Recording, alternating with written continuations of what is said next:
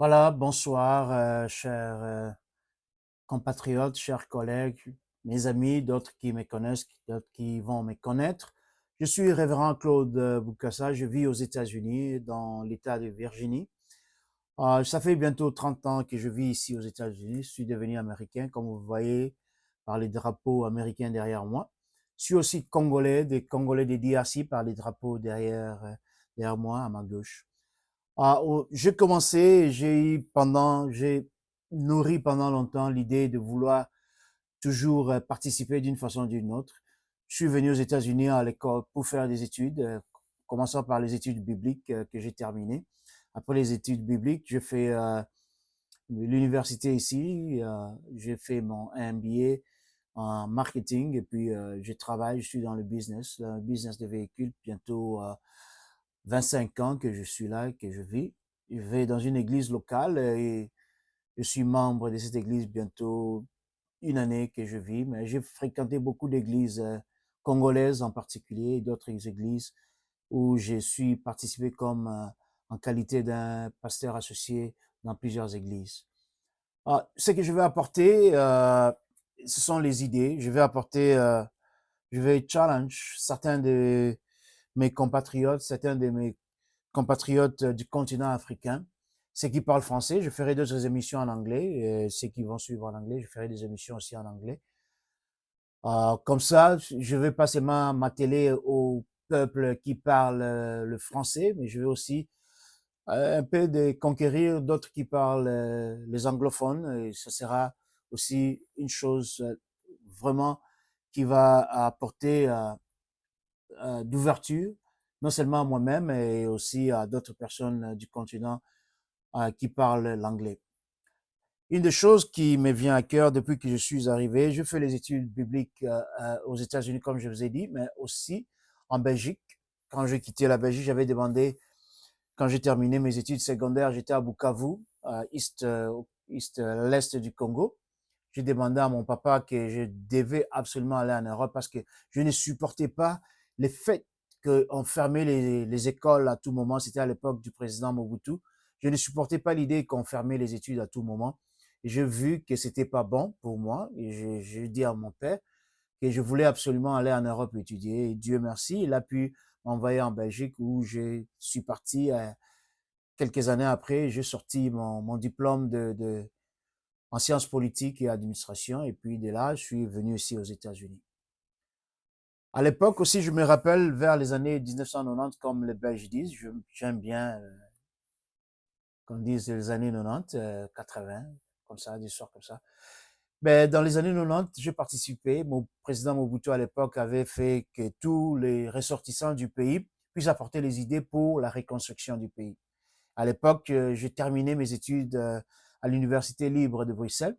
Je suis allé voir directement, j'ai demandé l'audience à l'ambassadeur. Je suis allé lui dire parce que j'avais encore des ailes à l'époque. Je n'ai pas dit que les ailes ont fini, mais on a seulement grandi, c'est tout. Euh, je suis allé voir l'ambassadeur et j'ai parlé, je lui ai exposé mes idées et je pense du fond de mon cœur que mes idées ont été acheminées jusqu'au président Mobutu à l'époque parce que je puis voir certaines des idées propagées tout au long de ses discours. En bref, je vais pas m'inventer ou bien tirer crédit pour ça, mais tout ce que j'ai dit, à Dieu soit la gloire. Et quand on rend Dieu la gloire, nous voulons faire toutes choses, non avec notre propre force, mais reconnaître que c'est lui qui nous donne la force, c'est ce Dieu-là. C'est pourquoi, avant d'entamer mes idées, avant de partager ces idées, est-ce que je prie ces dieux-là? Dieu de mon salut, Dieu de ma délivrance, toi qui sondes les cœurs et les reins. Merci Seigneur Dieu de me donner ces médiums dans lesquels, Seigneur Dieu, je vais partager les idées, je vais, Seigneur, oh notre Dieu, Seigneur Dieu, comme on dit en anglais, stir up, Seigneur Dieu, mon peuple, Seigneur Dieu, le peuple, Seigneur Dieu, de l'Afrique, Seigneur notre Dieu, l'Afrique noire, Seigneur notre Dieu, l'Afrique subsahara, Seigneur notre Dieu. Nous voulons apporter les idées, Seigneur Dieu. Nous sommes de la diaspora, Seigneur notre Dieu. Et merci, Seigneur Dieu, parce que nous sommes venus, Seigneur Dieu, ici, Seigneur Dieu, dans ces pays, Seigneur Dieu, avec beaucoup de bouleversements, beaucoup d'idées, Seigneur notre Dieu. Nous voulons seulement adopter, Seigneur Dieu, une attitude humble d'un serviteur, Seigneur notre Dieu, pour apporter les changements dont l'Afrique a besoin. Au nom de ton Fils Jésus-Christ, nous prions et nous disons Amen. Voilà, ceux qui me suivent, je vous remercie de tourner, de regarder, de partager cette vidéo. Je pense que nous allons, avec cette année, le changement, le mois de février, c'est le shift. On change. L'été et après l'été, on change, on entame le printemps. Et je pense que le printemps va apporter beaucoup d'idées, des rafraîchements à ceux qui vont nous suivre. Nous voulons qu'il y ait des changements d'idées, que nous ne puissions pas rester toujours les mêmes personnes, que nous puissions vraiment prendre du temps. Les idées, vous savez, ça prend du temps. On réfléchit, ça se construit dans nos têtes et on a besoin de les faire sortir, peut-être mettre ça sur papier, peut-être parler dans ces cas ici avec vous. Et j'aimerais que beaucoup de gens puissent partager ceci, j'aimerais que beaucoup de gens puissent écouter, j'aimerais que beaucoup de gens puissent voir que non, il est temps que nous puissions être sérieux, il est temps que nous puissions changer certaines choses que nous avons vues depuis que nous avons grandi jusqu'à aujourd'hui, que nous puissions les changer, que nous puissions voir le gouvernement travailler pour nous, non les gouvernements travailler pour eux-mêmes. Les gouvernements doivent travailler pour le peuple, non le gouvernement travaille pour lui-même. C'est ce que nous avons vu à maintes reprises. Nous avons vu des gouvernements en Afrique qui travaillent pour eux-mêmes, sans qu'il y ait check and balance, comme on appelle ici, mais nous voulons qu'il y ait un changement. Nous sommes non là pour empoisonner quelqu'un, nous ne sommes pas là pour commencer une rébellion, nous ne sommes pas là pour commencer des disputes, nous ne sommes pas là pour insulter les gens, nous ne sommes pas là pour dire que toi tu connais, toi tu ne connais pas. Non, nous sommes là pour apporter une pierre, chacun apportera sa pierre pour la construction de cette grande maison qui est l'Afrique. L'Afrique a de la place où chacun peut apporter sa pierre pour construire. Voilà. J'ai suivi beaucoup de vidéos où les gens lancent, où les gens disent n'importe quoi, mais je crois qu'il est temps pour nous de s'élever et de dire non, il est temps quand des gens qui veulent réfléchir, qui veulent participer à la construction du pays, se résistent et puis qui disent non, il est temps vraiment qu'ils puissent se ressaisir et puissent dire non, il est temps qu'on puisse faire quelque chose. Je pense que la diaspora est une diaspora intelligente. Je pense que la diaspora est venue ici, la plupart de nous, nous avons étudié, la plupart de nous, nous avons fait des études, la plupart de nous, nous avons de business, la plupart de nous, nous avons des enfants, d'autres enfants qui ont fait les services militaires ici, d'autres enfants comme mon premier fils qui a fait les services militaires ici, et d'autres enfants qui ont commencé leur propre business. Nous pensons qu'il est temps que nous puissions laisser une génération.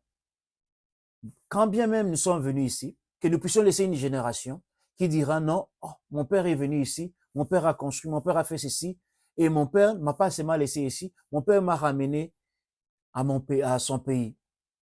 Nos enfants doivent revenir dans leur pays. Et quand les enfants reviennent dans nos pays, ils ne doivent pas avoir de difficultés. Ça ne doit pas être un problème pour que l'enfant qui est né, qui est, par exemple ici, comme je suis américain, et mes enfants sont américains, et pour entrer au pays, c'est tout un problème. Non, on doit changer cela.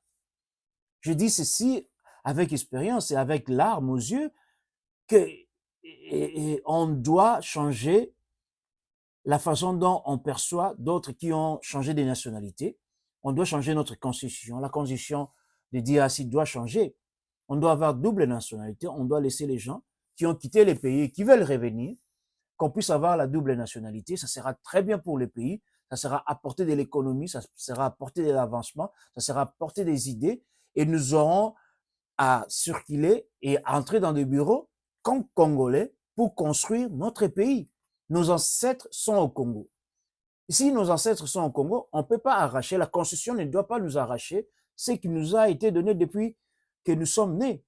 Mon embryon a été enterré au Congo. Mon embryon est enterré au Congo. Et pourquoi on ne veut pas me laisser avec ma double nationalité? La plupart des gens, les Nigériens qui sont parfois, il faut le dire, qui sont durs, ils ont la double nationalité. Les Juifs, les Congolais, nous sommes devenus comme les Juifs, nous prions beaucoup. Les Juifs ont la double nationalité. Et pourquoi pas nous? Qui sommes-nous pour ne pas avoir la double nationalité? Voilà un des problèmes que je vais commencer avec tout au cours de mes vidéos que je vais lancer. Pourquoi les Congolais, nous n'avons pas la double nationalité?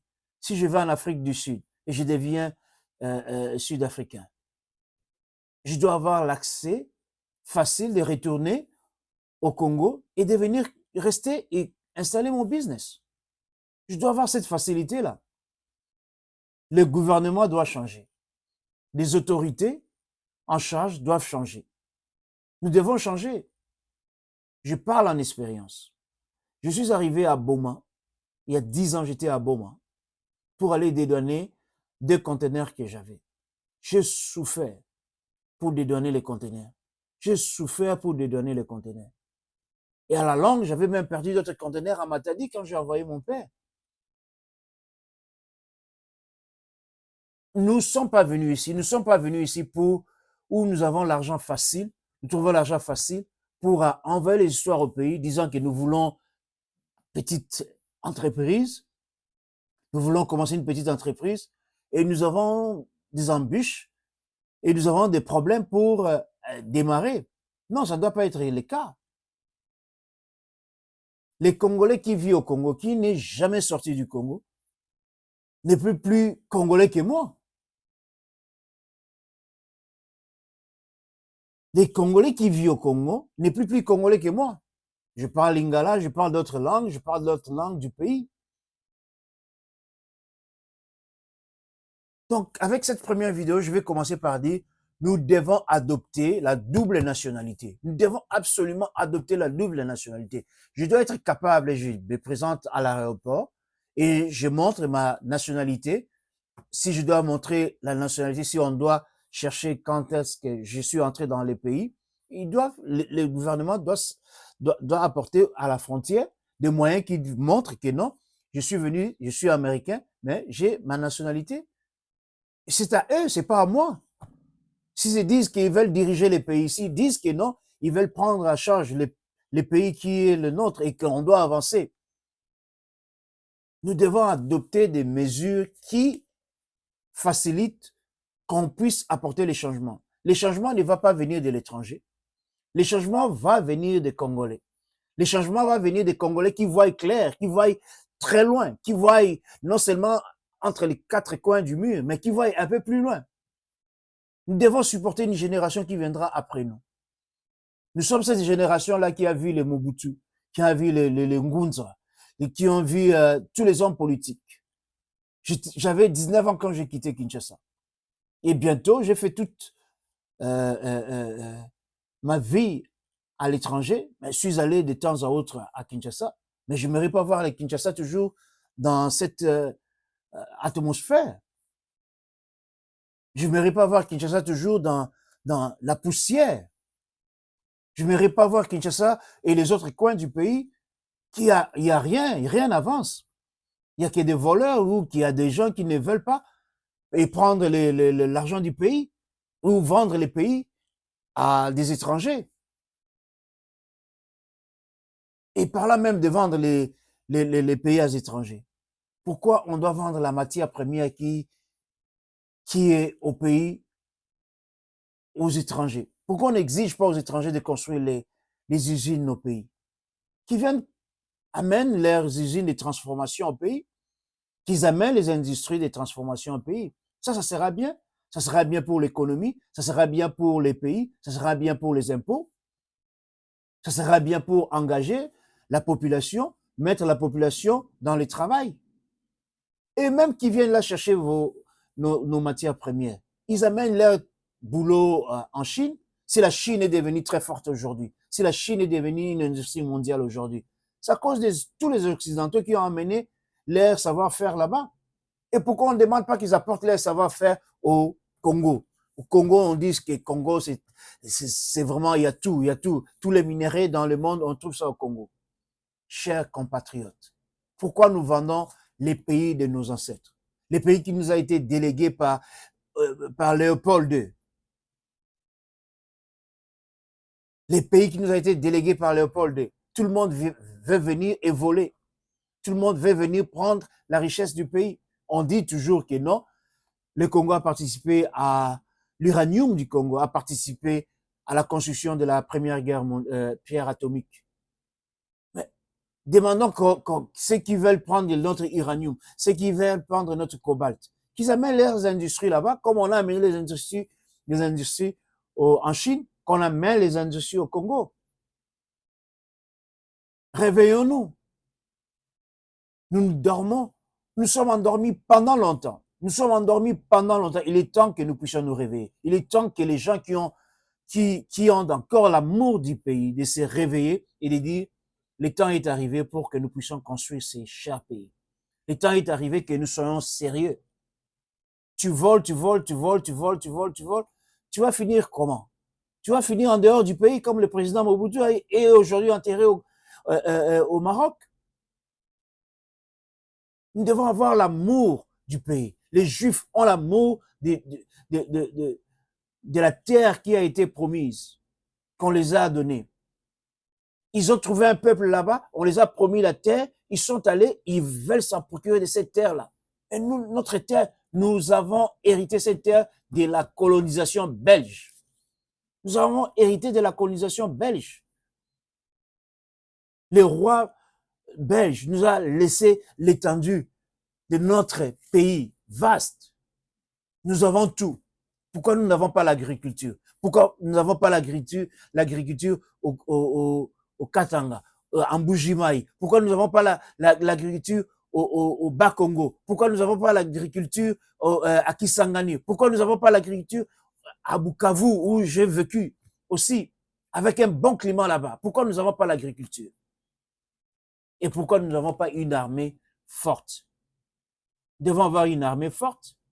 Nous devons avoir une armée disciplinée.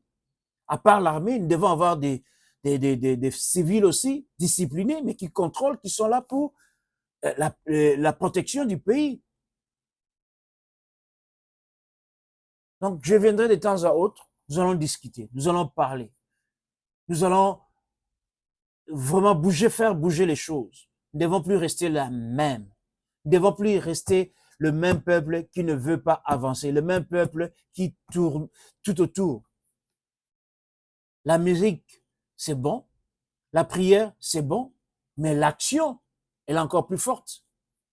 C'est ce que Dieu nous a donné.